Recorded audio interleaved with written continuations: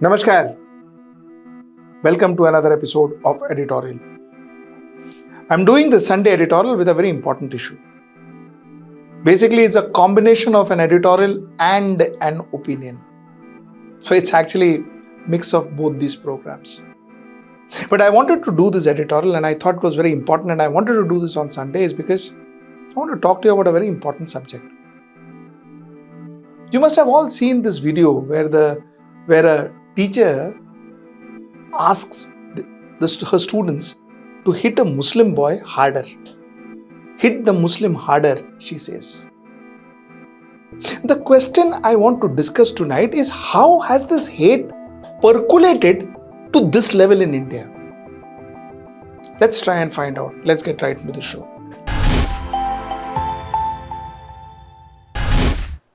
So like I said, teacher कह रही है मोहम्मदन को जोर जोर से मारो, 1 घंटे तक मारो.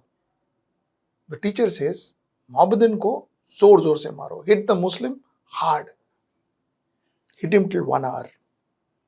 This is what she said. This is the video. Now the thing is, the child's parents said that we saw the video, but we don't want to take any steps. We don't want to take any police actions. We don't want to take any actions because we don't want any communal harmony and any Hindu-Muslim issue happening due to this count. This is what the father said. The teacher in her defense says that I am handicapped, so I can't get up to hit the child. So I made the students, other children, give him 1 or 2 slaps. I mean, I don't even want to discuss this. The point is, this stray incident is not what our topic of discussion is. Our topic of discussion is how has this percolated? I am 53-year-old. When I was in school, which was 40 years back, when I was in school, we didn't even know that there was a difference between a Hindu student or a Muslim student or a Christian student. Our teachers never ever make us feel that, a Hindu child is different to a Muslim child. Never happened. How did it all happen now? And why are we seeing more and more of such stories? This incident happened in Muzaffarpur. Why are we seeing more and more of such stories? That's the topic of discussion. That's what we need to talk about. You see, it's not about Hindu-Muslim alone. It is about hate. And how hate gets percolated. Believe me, this hate is Hindu-Muslim today. Tomorrow it will change into something else. And day after it will change into something else, because when hate percolates, you can't stop it. It gets out of control. You see, there has been a social behavioral change, and that social behavioral change is what I want to talk to you about. If you actually see this, a social behavioral change is initiated by somebody called as opinion leaders. KOL, we call it in advertising, key opinion leaders, or you can call them as your political leaders.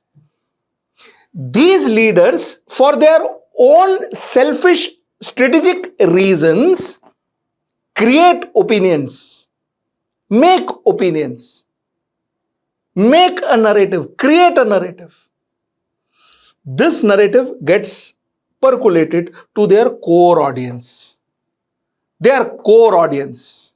Their core audience are people who believe in them, people who are bhakts. The core audience picks this up and starts spreading it. Now, a lot of narrative gets stopped at that level. A lot of narrative gets stopped at that level. But some narrative and some organizations and some leaders are so powerful that they can break that barrier of going through the core audience and get into something called as social guardian, which is the next stage. Social guardians are people who are supposed to ensure that these narratives do not percolate to masses. the law and order system, the governance, the law, the courts, the government, like I told you, the police. These are people, the social guardians, people, community elders. The social guardians normally guard such narrative from percolating to the masses. But what happens here is a Bilquis Banu case happens, where a rapist of a woman gets sent scot-free. 11 people scot-free. The social guardian network breaks. People who lynch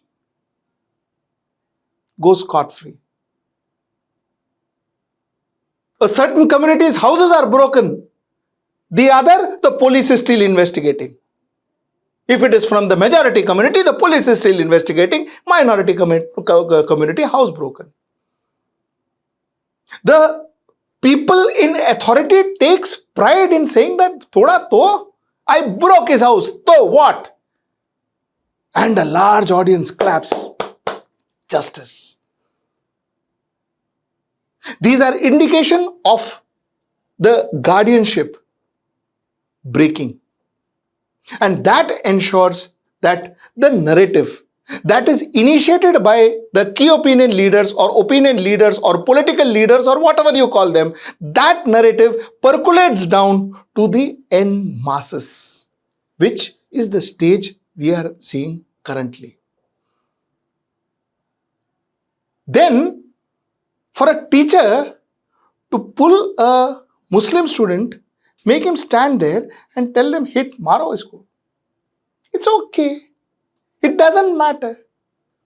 Now, this is exactly why I wanted to do this editorial.